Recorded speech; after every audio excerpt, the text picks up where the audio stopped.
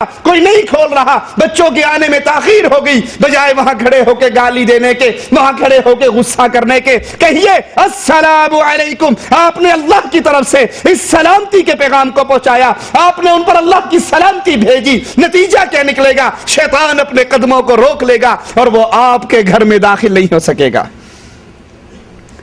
حضرت انس سے روایت ہے، رسول اللہ صلی اللہ علیہ وسلم نے حضرت انس کو تعلیم دی ہے، ذرا غور کیجئے، محمدی تعلیم کیا ہے۔ یہ گھر کیسے شیطانوں سے بچیں گے، یہ گھر جنات سے کیسے محفوظ رہیں گے، اس گھر سے شیطانی اعمال، شیطانی اثرات کیسے غائب ہوں گے؟ اللہ کے پیارے حبیب جناب محمد رسول اللہ صلی اللہ علیہ وسلم حضرت انس کو سمجھاتے ہیں، اے بیٹے، جب تم اپنے اہل و عیال میں جاؤ تو انہیں سلام کرو جو تم پر اور اہل خانہ پر برکت کا سبب ہوگا۔ یہ جو سلام کرو گے تمہارے لیے بھی اس میں خیر اور برکت ہے، تمہارے گھر والوں کے لیے بھی اس میں خیر اور برکت ہے۔ رسول اللہ صلی اللہ علیہ وسلم فرماتے ہیں، ذرا غور کیجئے اللہ کے نبی کی حدیث پر، یہ حدیثیں اگر میرے اور آپ کی زندگی میں روٹین میں داخل ہو جائیں تو یقین جانیے زندگی میں سعادت ہے، گھروں میں سعادت ہے، شیطان کے اثرات سے انسان بچ جاتا ہے، محفوظ ہو جاتا ہے۔ ہمیں تو کوئی سلام کرے ایک بار جواب دے دیں گے، دوبارہ سلام کرے پھر جواب دے دیں گے، تیسری بار اگر سلام کر دیں کہ بھائی تجھے سلام کرنے کے لیے کوئی اور نہیں مل رہا، کیا مسئلہ ہے؟ سلام کر کے مار دیا بس۔ سلام کا رواج ہی ختم ہے، سلام کا رواج ہی ختم ہے۔ السلام علیکم کہنا دور، آج کل السلام علیکم وہ جواب میں کبھی سنو گے وعلیکم السلام نہیں لگا، ہاں جی بڑی مہربانی مہربانی مہربانی نوازش آپ، السلام علیکم کیا حال ہے جناب، خیریت ہے؟ سلام کا جواب نہیں، یہ سلام نہیں، آداب، سلام عرض ہے جناب، آداب عرض ہے۔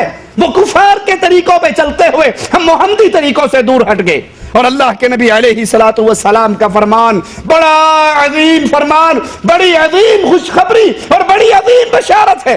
اللہ کے نبی علیہ الصلوۃ والسلام فرماتے ہیں، تین آدمی اللہ کی ضمانت میں، اللہم اجعلنا منہم ومعہم، تین بندے ایسے ہیں جو اللہ کی حفاظت میں، اللہ کی نگرانی میں، اللہ کی ضمانت میں۔ پہلا وہ آدمی جو میدان جہاد کے لیے نکلا، وہ اللہ کی ضمانت میں ہے، یہاں تک کہ اگر وہ فوت ہو گیا تو اللہ اس کو جنت میں داخل کرے گا، اور اگر وہ زندہ سلامت لوٹ آتا ہے اللہ اس کو اجر و ثواب سے نواز کے بھیجتا ہے۔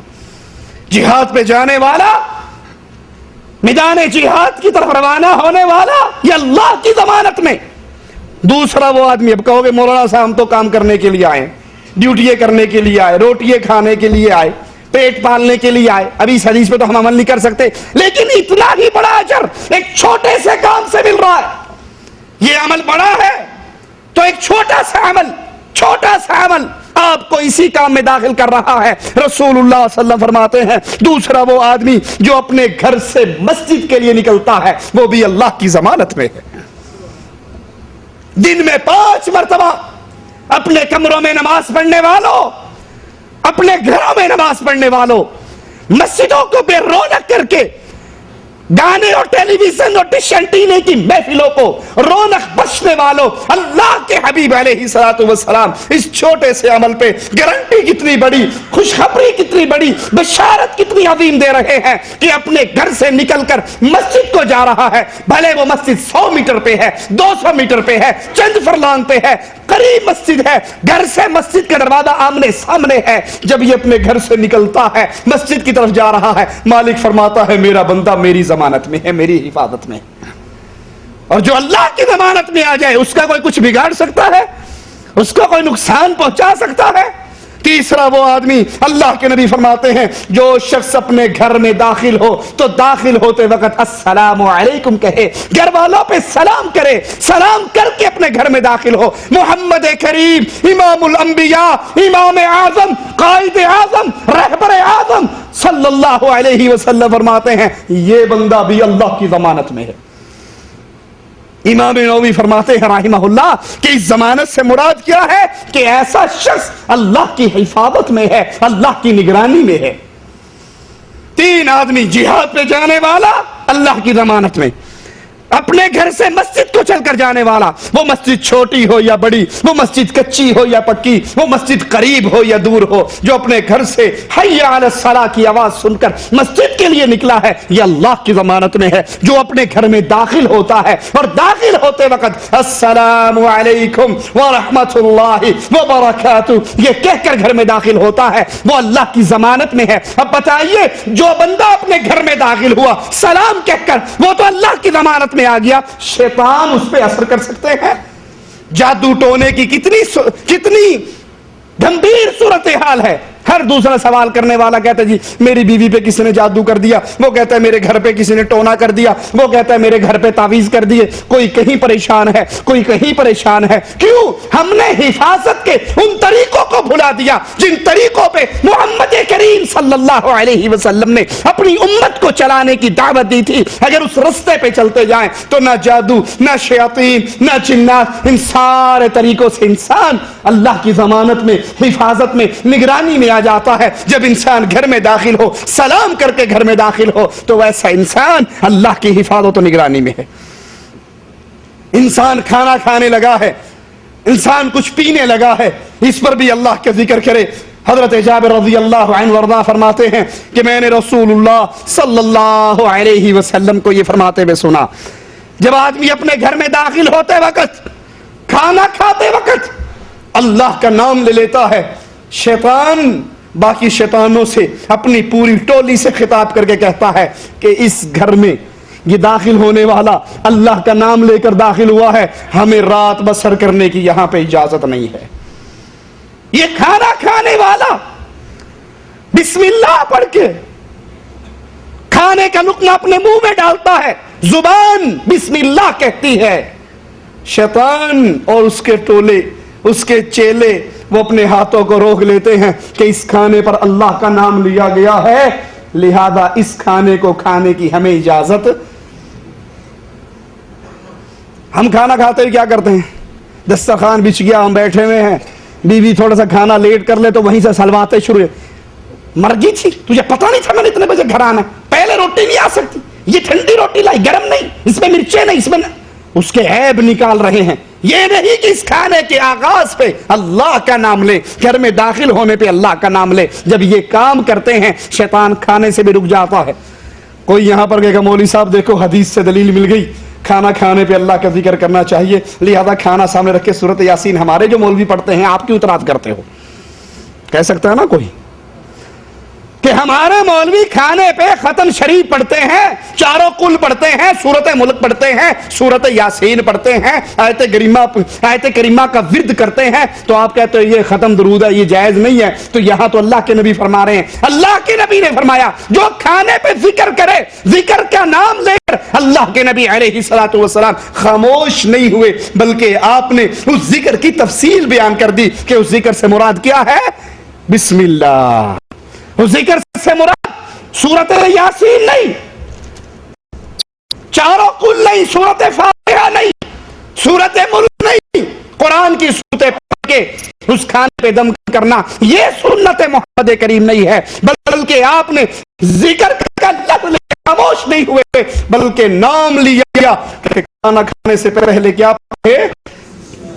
بسم اللہ۔ جب بسم اللہ پڑھے گا تو شیطان بھاگ جائے گا۔ یہ انسان اللہ کی ضمانت ہے، اس کا کھانا شیطان سے محفوظ، اس کا گھر شیطان سے محفوظ۔ کتنا خوش نصیب ہے، اس کے گھر میں نہ شیطان رہ سکتا ہے، نہ اس کے کھانے کو کھا سکتا ہے۔ کیوں؟ اس نے ان طریقوں پہ عمل کیا ہے جو طریقے محمد رسول اللہ صلی اللہ علیہ وسلم اس کو بتا کر گئے۔ اور اگر یہ کام نہ کرے تو شیطان اس کے گھر میں، شیاطین اس کے گھر میں بسیرا کرتے ہیں، ان کا بس کا نو ٹھکانہ بن جاتا ہے، وہیں پر ان کی آل اولاد ہوتی ہے۔ کیوں؟ یہ گھر میں داخل ہوتے وقت اپنے شیاطین کے لیے دروازہ کھلا رکھتا ہے، اس کا بیڈ روم کا دروازہ بھی شیطان کے لیے کھلا، اس کے گھر کا دروازہ بھی شیطان کے لیے کھلا، اس کے کھانے کا دروازہ بھی شیطان کے لیے کھلا۔ نہ یہ گھر میں داخل ہوتے ہوئے اللہ کا نام لیتا ہے، نہ کھانا کھاتے ہوئے اللہ کا نام لیتا ہے، تو شیطان تو اس کے گھر میں رہیں گے۔ قرآن حکیم کی کثرت سے تلاوت کریں اپنے گھروں میں۔ گھروں سے مراد صرف یہ نہیں کہ آپ کے وہ گھر جن میں آپ کے اہل و عیال ہیں، آپ جہاں پر رہ رہے ہیں، وہ ہاسٹل ہے، وہ کمرہ ہے، وہ کمپنی کی رہائش ہے، جہاں آپ رہتے ہیں، اپنے گھر میں اللہ کا ذکر کریں، اپنے اس کمرے میں قرآن کی تلاوت کریں۔ رسول اللہ صلی اللہ علیہ وسلم کے فرمان کو سنیے۔ ابو موسیٰ اشعری رضی اللہ عنہ وارضاہ فرماتے ہیں کہ رسول اللہ صلی اللہ علیہ وسلم نے فرمایا، قرآن پڑھنے والے مومن کی مثال سنگترے کی ہے۔ قرآن پڑھنے والے مومن کی مثال سنگترے کی ہے، جس کا ذائقہ بھی بہت اچھا ہے اور جس کی خوشبو بھی بہت اعلیٰ ہے۔ قرآن نہ پڑھنے والے مومن کی مثال کھجور کی طرح کی ہے کہ اس کا ذائقہ بہت اچھا ہے لیکن اس کی خوشبو نہیں ہے۔ جو قرآن پڑھے کثرت سے، اس کی مثال سنترے کی ہے، ذائقہ بھی اچھا، خوشبو بھی اچھی۔ اور جو مومن قرآن نہیں پڑھتا، اس کی مثال کھجور کی ہے کہ اس کا ذائقہ اچھا ہے لیکن اس کی خوشبو نہیں ہے۔ اور قرآن پڑھنے والے منافق کی مثال گل ریحان کی سی ہے کہ اس کی خوشبو تو بہت اچھی ہوتی ہے لیکن اس کا ذائقہ کڑوا ہوتا ہے۔ اور قرآن نہ پڑھنے والے منافق کی مثال اس پھل کی طرح ہے جس کی خوشبو نہ ہو بلکہ بدبو ہو اور اس کا ذائقہ بھی گندا ہو، خوشبو بھی نہیں، ذائقہ بھی گندا۔ یہ اس منافق کی مثال ہے جو قرآن نہیں پڑھتا۔ مومن کی مثال قرآن پڑھے، اپنے گھر میں قرآن کی تلاوت کرے تو اس کی مثال کیسی ہے؟ سنترے کی، خوشبو بھی اعلیٰ، ذائقہ بھی اعلیٰ۔ قرآن نہیں پڑھ رہا تو کھجور کی مثال ہے کہ مومن تو ہے نا، ایمان تو ہے لیکن خوشبو سے محروم ہے۔ اسی طرح گھر میں خشوع و خضوع کے ساتھ قرآن کی تلاوت کرنے سے اللہ کے فرشتوں کا نزول ہوتا ہے۔ ایک صحابی رسول اللہ صلی اللہ علیہ وسلم کے پاس آ کر اپنا قصہ بیان کرتے ہیں۔ ذرا اس حدیث پہ غور کیجئے اور دیکھیے، میں اور آپ، اللہ ہم سب کو ہدایت عطا فرمائے، اللہ سب سے پہلے کہنے والے کو عمل کی توفیق عطا فرمائے۔ اتنے عظیم عمل سے میرے اور آپ کے گھر کیسے خالی ہے؟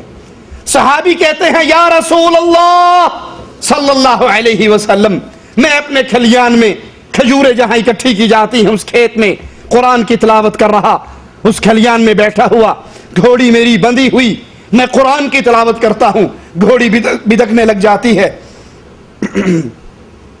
میں خاموش ہو جاتا ہوں، گھوڑی آرام سے ٹھہر جاتی ہے، میں پھر قرآن کی تلاوت کرتا ہوں، گھوڑی پھر بدکتی ہے، اچھلتی ہے، میں قرآن کی تلاوت سے ہاتھ روک لیتا ہوں، گھوڑی اس سکون سے ٹھہر جاتی ہے، تیسری مرتبہ یہ کرتا ہوں، گھوڑی پھر اچھلتی ہے، میں اس کے قریب جاتا ہوں، میں اپنے سر پہ ایک سائبان دیکھتا ہوں جس میں ایک بڑی